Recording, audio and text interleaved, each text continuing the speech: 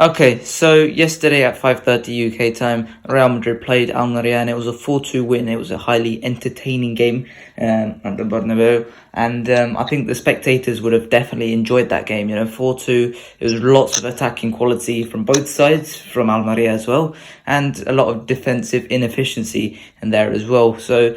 We look at the attack as well. The attack was really electric at points, but the defense was, the two goals that Almeria scored. It looked like they fell asleep for a bit, and that is a bit worrying coming into the Man City game. So, what are your thoughts on the overall performance of Real Madrid against Almeria? Well, let's start by saying that we are not shocked that Madrid did well attacking and has some defensive flaws. If you look at some of the games this season, our attack have been good for a lot of them. Sometimes we did struggle, of course, in our attacking aspect of playing a lot of matches, but as of late, we seem to be getting better and better. I'm not shocked, and I'm really happy to see the guys in attack. Benzema, Vinicius, Rodrygo, and even Dani, Ceballos as well. Have been doing good in the attacking play, and of course defensively, of course we continue to struggle. Of course in the last game we conceded 4 goals, to the same player, so that's evidence that the defense is struggling. Ancelotti wasn't happy about it and he said it can't happen again. However, it sort of happened again, but we were of course a much better team of the day, so we kind of limited it. But however, it's still a bit of a concern when you're playing a team that's going to have a lot of players who can carve out passes in defense, who can open out the defense at one pass, like guys like Bernardo Silva and Kevin, and of course, even guys in the back like Laporte, if he plays, John Stones can even make a pass. A lot of these guys have the talent and the ability, to expose the defense. So of course I'm a bit concerned about it. Of course I believe that we can step up on a big night, but I believe that these nights have shown that there is some flaws in the team. And I do hope that on the big night we can actually turn it on, because that's what it is for Madrid. You see the flaws in La Liga and then you think to yourself, okay, this is the concern for big games like against Liverpool in the Champions League. However, they turn it on. Yes, they make mistakes, but they turn it on and they are solid. So I hope that today, in the other matches, the Cup final and against City, that we can turn it on and be solid defensively. Okay, yeah. Let's start with some aspects of the performance. I'm going to start with the positive aspects, and that was the attack. I thought Rodrygo in this game was magnificent. Towards the end of the season, he normally turns it on, and he turned it on here because he was really running that attack. In terms of the transition between midfield and attack, he was really electric against this Almeria defense. They couldn't cope with him. That one move on the second goal where he back heels it around the defender. I think it was. What was more impressive to me about that goal from Rodrygo, not Rodrygo, but the Benzema goal, which Rodrygo assisted. Well, the more impressive thing about that was the strength, because the defender would have just bodied him. To be totally honest, it was that defender should have easily bodied Rodrygo, but the strength to latch onto the loose ball, which he obviously backheeled, it was really good from Rodrygo, and then to pick out the pass for Benzema. Benzema had a tap in there, so. And then obviously his own goal, which is just a thunderbolt into the top corner. It was fantastic from Rodrygo there. Yeah, I was really happy about Rodrygo's performance here. The link up with Benzema was looking really good, and the link up with Lucas Vazquez as well. So, what are your thoughts about Rodrygo's performance? Yeah, like you said, at the end of the season, he normally starts scoring plenty goals and getting plenty goal contributions. In my opinion, last season he did it. I think he started doing that last season because for the first 2 seasons he struggled a bit at the end of the season. He was a bit more consistent at the start of the season, but this time he's getting more goals, more assists. I think it's 10 plus goals and assists now for the first time in his short career, and that's a big positive, because for me I believe that he has been struggling sometimes getting the ball in the back of the net in the last couple of months, and it was a concern. And hopefully now that we can look forward and say, okay, this is now a thing of the past. He can now be more consistent, like how Vinicius is doing it. Because yes, Vinicius sometimes he might have a, let's say, debatable game in my opinion, but it's never like a bad game or a worse game. And I hope that Rodrygo can soon be one of these players that you just don't substitute. If for example you're looking for a goal and instead of taking them off, you move them from the wing and put them behind the striker. I hope he becomes one of these players that just doesn't be substituted, and that has to come when he is a bit more consistent, which he is aiming for at the moment, and you can see it. I guess you can feel it that he's getting better. It might need some time, but that's okay. I think we can deal with it. Yeah, and how many times we need to say that, when Rodrygo plays well, Vinicius also plays well. So, it's important for Rodrygo to play this. And just a quick stat, Rodrygo has now matched Saka's output, Bukayo Saka's output for Arsenal. I'm not obviously disrespecting Saka in any way, because I do like Saka a lot, but I'm just saying how good of a player Rodrygo is, and how good his output has been, especially in less minutes than Saka, off the bench more often than Saka. And obviously Saka does get involved in the all-round game for Arsenal and really impacts it in that way as well. But Rodrygo's been fantastic, and I think he's been largely underrated so far this season in that way as well. I've seen Barcelona fans comparing Rafinha to Vinicius. You don't compare Rafinha to Vinicius, because even Rodrygo's got more goals and assists than Rafinha. So Rodrygo's been absolutely fantastic, and he's coming into form in the right time. So what are your thoughts about that? Well, obviously I believe that Rodrygo Vinicius, they are IP, who can be one of the best young players in the world, not just because of their names and their output, but I believe that they can coexist with each other. They can align, they pass with align a bit in terms of their play career, in terms of their playing style as well. I think they are passed with the line. So that's my opinion. So I believe that, of course, even if we have Vinicius and then Rodrygo who can move from the center to the left and to the other side, if we sign another attacker who can not just compete with them but coexist with them, and they can have a good combination with these players, and I think we can have a successful future in attack. Because, for example, let's say you mentioned Saka, let's say Vinicius, Rodrygo and Saka, they are guys who can, I believe Saka is normally plays on the right hand side, so he's not going to interfere with what's going on, with the combinations in the middle, the combinations on the left. He's going to be output from the left and a solid output on the left. So I believe that we have to look at that when looking at another signing, but I do have a lot of faith in these guys. Yeah, this it's going to be so big in the coming years for Rodrygo to develop in the same way as Vinicius. So let's see what happens there. Vinny and Benzema up top were really, really good in this game. Obviously, Vinny's cross for the first goal was really nice, and his dribble from that was very nice from him. And then Benzema hat-trick once again.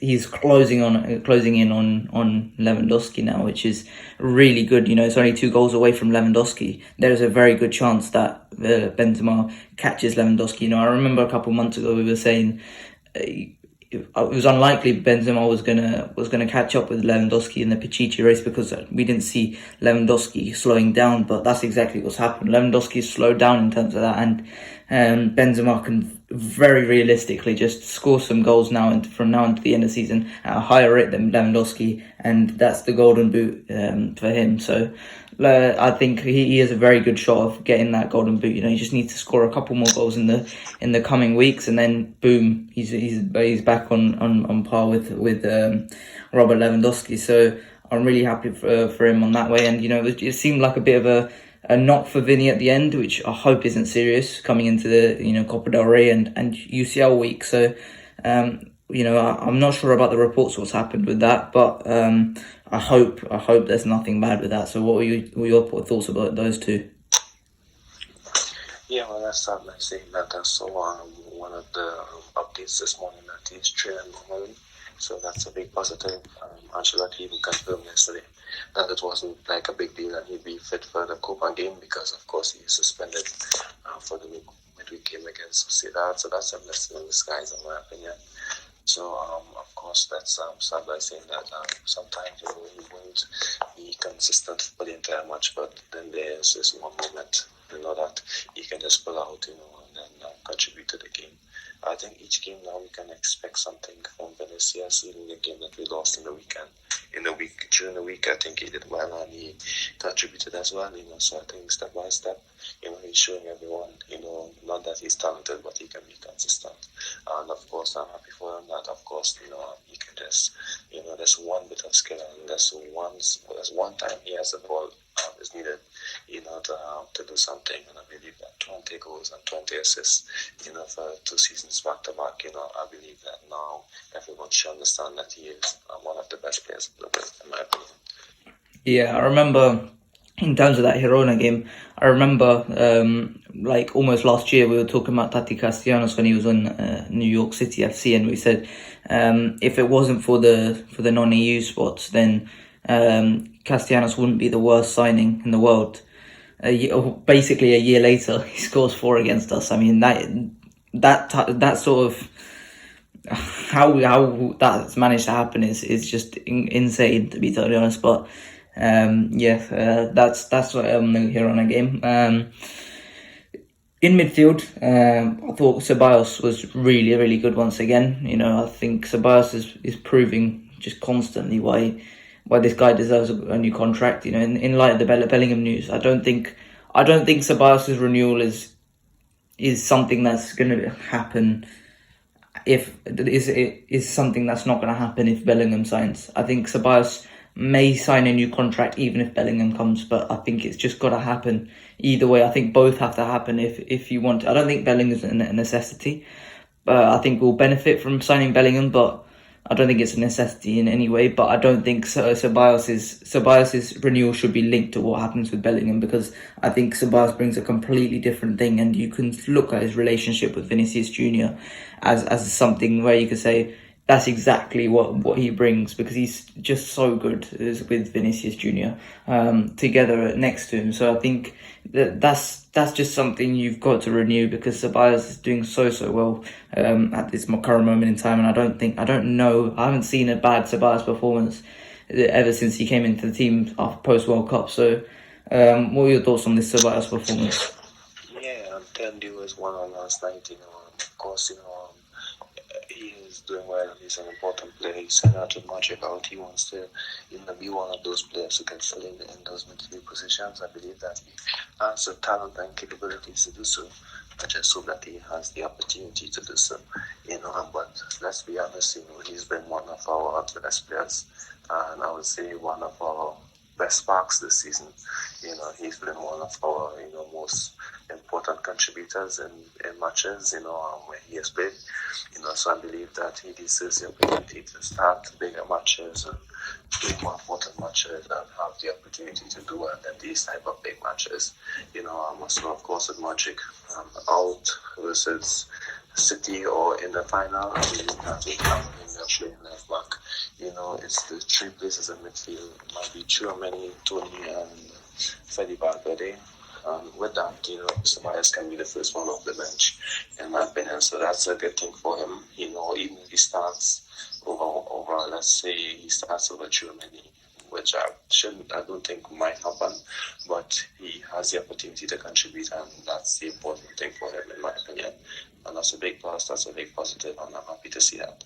And in my opinion, I believe that, maybe Bellingham is, if he signs, can be a player who is better and be more important due to the name, the talent, of course, and of course the amount of money for him. But I believe that Ceballos is going to be an important player. He can play on the left, on the other side, in the middle. Not left wing, but like left centre midfield where Toni Kroos plays. He can play where Modric plays, and he can definitely link up well with his teammates. And he's showing that more and more with each passing month. So I believe that he should have the opportunity.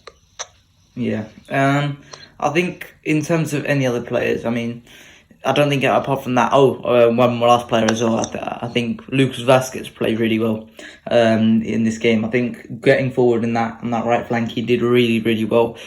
Just controlling that right flank, and when Rodrygo went inside, he's the one who was keeping the width. He was the one who was making sure that the defense kept open, because his touch was on point, his dribbling was on point in this game. I think Lucas Vazquez had a really nice game, and he could have had an assist if he stayed on side for that Camavinga Travella cross on the left, where I think he could have definitely stayed on side. But apart from that, I think Lucas Vazquez had a really nice performance here, which I think will go underrated.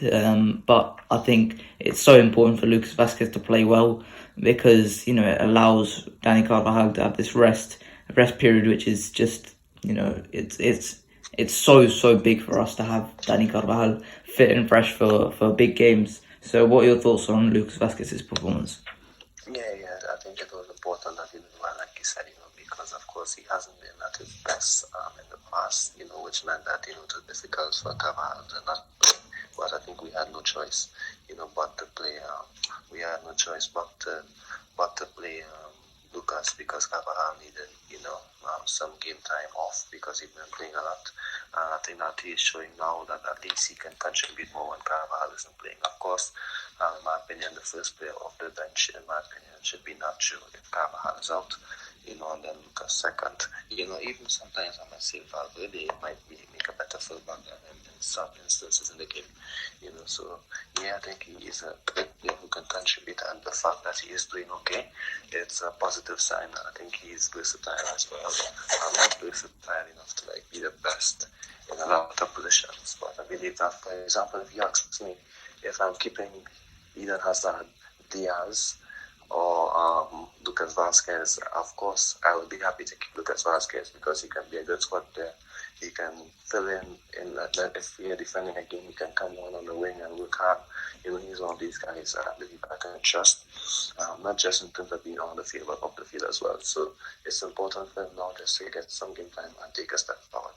Yeah, and he scored midweek as well, so he is a goal threat at points as well, because he does prop up with some goals at some big moments sometimes as well. On the counter-attack, he is effective, yes. Yeah, so I'm happy to keep Lucas Vazquez for the remainder of his contract, maybe one extra year beyond that. But I think he's sometimes he's fantastic at right back. Sometimes he's less fantastic, but he's not that much of a liability at points. So sometimes he's ineffective, but he's not a liability. So I think Lucas Vazquez, keep him. He does well. I'm happy with Lucas Vazquez. Apart from that, I think there was no real other, in my opinion, other outstanding performances. Obviously, Camavinga, we've come to expect this from him. Tchouaméni, I thought he was pretty good as well.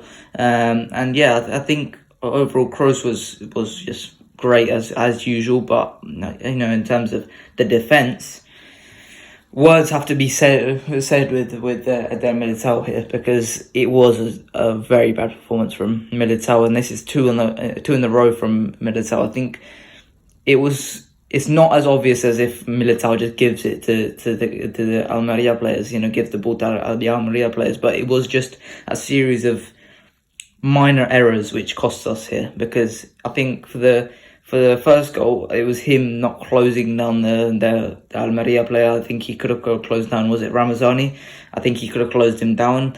The second goal, I think he could have positioned himself better. Him or Rudiger could have positioned himself better. I think he was just a bit slow, a bit lethargic, and he is going to miss the first leg at Man City, so that I don't think it's going to matter as much. But these defenders, Rudiger's trying to just find a consistent baseline at this point. And, with Militao struggling right now next to him, that midweek game was horrific from Militao, to be totally honest. I think there's no better word to describe it. From him and Lunin and Rudiger, it was all just horrific at the back at points in that game.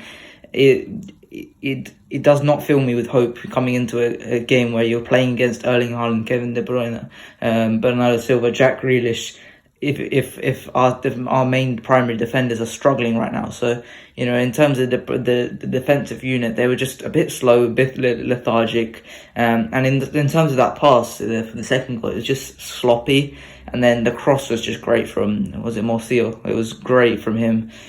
It was just not defensively sound, and it was just a bit. It wasn't looking like we were ready for the challenge at Almeria. So what were your thoughts on the defensive performance here? Yeah, it's football and happens, of course it's disappointing. We need him. It's urgent that he gets back to his best, because of course he's been one of our most consistent. Also, I just want to say one last thing as well. Militao does deserve us to give him a pass on this one because he has been fantastic. Yeah, I mean, of course, maybe we can give him a pass, but of course it's important that he still steps his game up. Last season he had a similar difficulties coming down to the end of the season, and there were maybe a lot saying, okay, he's concerned for the Champions League final, etc., etc. And then, of course, he did okay in the final, and this season he's been one of our best defenders. Well, he has been our best defender, along with Camavinga, if you can call him a defender, because of how Camavinga has played at left back.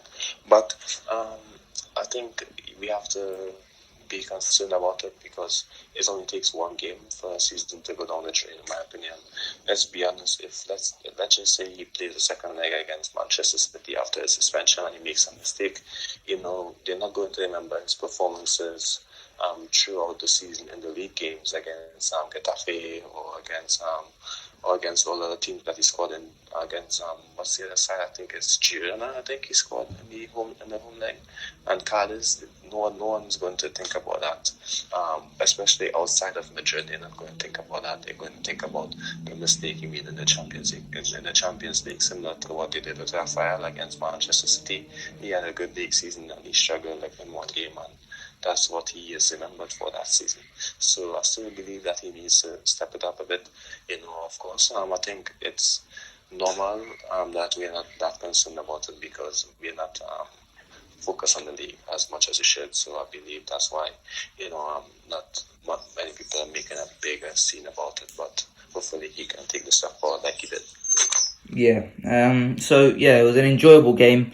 At points it was struggling at the back, but it looked like Real Madrid in total control here. So it was a good win, 4-2. We're satisfied with that. But just to finish off, last 10 minutes maybe, let's talk about Zizou, which was one of the news articles throughout the week that came out of, let's say, Relevo, or it might have been Diario AS. But either way, Zidane has been linked with Real Madrid heavily, in case Carlo Ancelotti goes to Brazil. So let's take the stance that Carlo Ancelotti does go to Brazil, and let's talk about Zinedine Zidane, because for me, I don't understand what on Zidane's part has changed since he last left us. I don't understand, Zidane. I don't understand why he would come back, because in the way that he was disrespected by the fans, by the media, and by the board, I don't understand why he would decide to come back with the constant sacking rumours. Ancelotti's experienced it, so that hasn't changed. The lack of transfers, he got no transfers in that season, that 2020-21 season. We got absolutely zero transfers, and that did cost us in that season. And then the following season we got Alaba and Camavinga, and then the following season after that we got Tchouaméni and Rodrygo. That's all we've got in the last few years. I don't understand how we could say, he was promised Pogba, he didn't get Pogba. He was promised Kylian Mbappe, he didn't get Mbappe. I don't understand how you can say that Zidane should come back, because I don't understand why Zidane would come back in these circumstances. So what are your thoughts on that? Well, for me, I have no issue with Zidane as a coach. I believe that each coach isn't the same. But like you said, there are many points for him not to come back. In my opinion, I believe that his time at Madrid should be better if he just leave what he did in the past and not try for a third time. But with that being said, I believe that his first spell was better than his second spell. And his first spell was better than his second spell because in his first spell they were more organized team with players who were in their peak.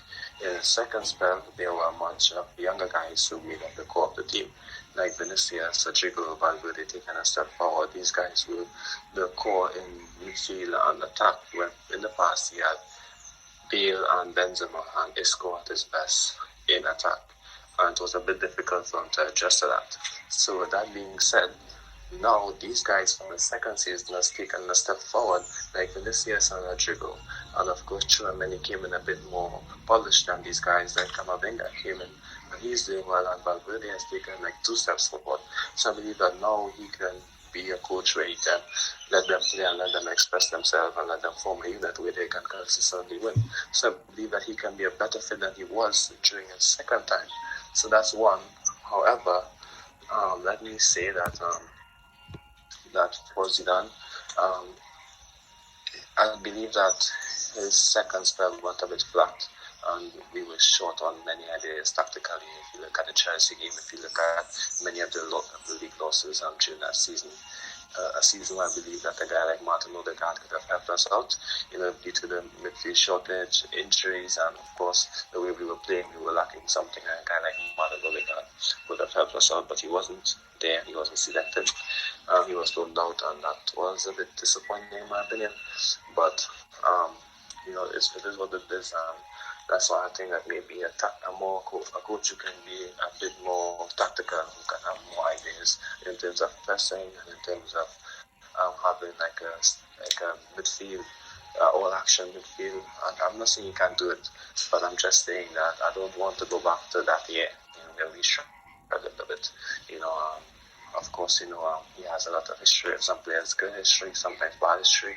I guess if you look at Dani, Ceballos, maybe, but I do believe that he can be a good coach. But I think, in my opinion, since 2011, it was Jose Ancelotti. Then I'm going to forget Benitez and Lopetegui and Santiago Solari because they will be there for such a short time, so I'm not going to mention. So then after Ancelotti, Zidane, then let's say Ancelotti again. I don't want to maybe go back, to that, time and time again. Maybe I want to try something new. If Pochettino goes to Chelsea, maybe we can try to get Nagelsmann, of course, on a 3-year contract. Let's see what he does. Or maybe have a role in the team, or Xabi Alonso, one of these guys. Of course, there are different picks with these guys, but of course, we can get into that another time. But I know today the focus is Zidane, But so I believe that maybe we should just try something new, and of course, he can always come back in the future because I believe that the door can be open for him. But now, I think that maybe it's too soon, and I think maybe he can go to. He could have been a good bet for the Portuguese national team, the Brazilian national team. But I believe that, I just want to see something new. I have a lot of faith in him, but I want to see something new. I believe that he can do well, but I believe that each coach has their flaws. Even Nagelsmann, Pochettino, Klopp, Guardiola, they all have flaws, Zidane as well. But for me, I just want to see something new if Ancelotti does go. Yeah, when we're going back to Zidane, we're going back to the safe option ultimately, isn't it? It is the safe option because we know he'll do well at Real Madrid. I agree with you. I would like something new. I do apologise for the weird music. It's coming from outside. I don't really know what it is, but it is the safe option. Ultimately, I don't think that we should go back to Zidane. I think something else would be nice.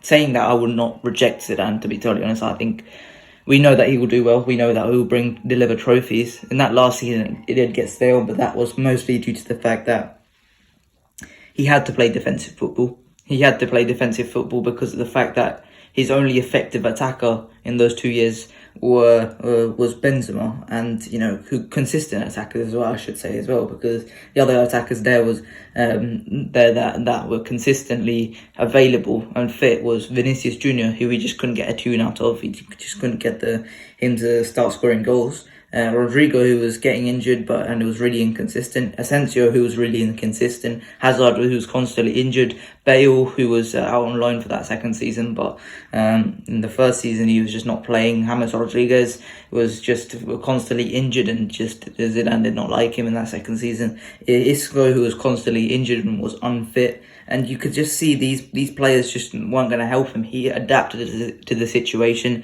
and he did really well. He got us to the Champions League semi-final, which was much further than we should have probably got to. And then we got to the last day in La Liga, and I think we got absolutely robbed by the referees that year. But I remember watching it that year, and I remember coming onto this podcast, and I was talking about that year. It was so dull, and I don't want to criticize Zidane because he did what he had to do, but it was so dull that year. It was so dull, 1-0s, 2-1s, and it was 0-0s. It was just so boring football. It was just horrible. And yeah, you know, maybe coming back to it this year, we've got more attacking, dynamic players: Valverde, Rodrygo, Vinicius, Benzema is obviously a bit later on in his career. We've got more dynamic attacking players, which, you know, might help with Zidane, but we've seen this, and you know, Ancelotti has got the best out of these players. You know, the best out of Asensio. This is Asensio's best year. We've got the best out of Rodrygo, the best out of Vinicius, the best out of Benzema. It just feels like, you know, we go back to Zidane once again. We don't know what to expect. So for me, I would stick it out with Ancelotti for another season. If you were to give me a yes or no answer, what would you go for? Zidane, yes or no? Say Ancelotti leaves for Brazil. Zidane, yes or no? Yeah, I would say no for Zidane, but I wouldn't be upset if he comes back, but I would still say no for Zidane. And of course, for me, let me just say quickly that I would like Ancelotti, you know, to take the Brazil job, for not just because I don't want him, but it's for him, in my opinion. He has one more year at Madrid at best. Let's be honest, unless he wins the Champions League again, you know, in the third year, he wins a lot of more titles in the third year again. But, you know, I believe that it's a longer term option for him, an opportunity for him to have another job to end his career and retire, like he's always said. You know, an international team job or ending at Madrid, and of course with Madrid, let's be honest, he have one more year at best. So why not, you know, why not? He's let's say a respectful coach. He thinks about the team and the club, but for this one, I think he has to think about himself for a minute, you know, because Real Madrid wouldn't think about that. Wouldn't think about, okay, the guy just doing a good job, why not keep him? I know, why not? Why should we think about that? We have to focus on winning. So of course, it will be unfair for him if he turns on this job and then he leaves. Then let's say he goes and coach Canada or something like that, or another team that's not on par with Brazil, another national team that's lower than that. So for him, he should take the opportunity. But if he leaves, I believe that there are many options there. I don't think that Zidane should be first choice. He can be an option, but not first choice. Yeah, I think it's also an option of availability, because I don't think there's many managers anymore. I don't think Arteta goes this summer due to the failure to win the Premier League. I don't think Klopp goes this summer because I think he wants to. So I think next summer there will be more managers out, and I think right now the only manager available that of Real Madrid quality is probably Nagelsmann. That's it. So, and I don't think we will go for Nagelsmann. You know, in a year's time, Xabi Alonso would have, you know, maybe taken Bayer Leverkusen to even greater heights. And, you know, that's something which I think could be exciting to explore, which is something I would like to explore. So, yeah, I think that's it for this week's Los Blancos podcast. I hope you guys enjoyed. Please like and subscribe, and I'll see you guys later. Bye bye.